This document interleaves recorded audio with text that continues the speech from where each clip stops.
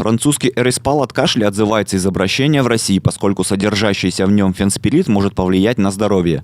Соответствующее письмо за подписью в РИО руководителя Росздравнадзора Дмитрия Пархоменко опубликовано на официальном сайте ведомства. Поясняется, что решение основано на новых данных о том, что лекарство может влиять на здоровье сердца, в частности, вызывать нарушение его ритма. Это показали исследования на животных. Аптеки должны будут отчитаться о возврате препарата поставщикам.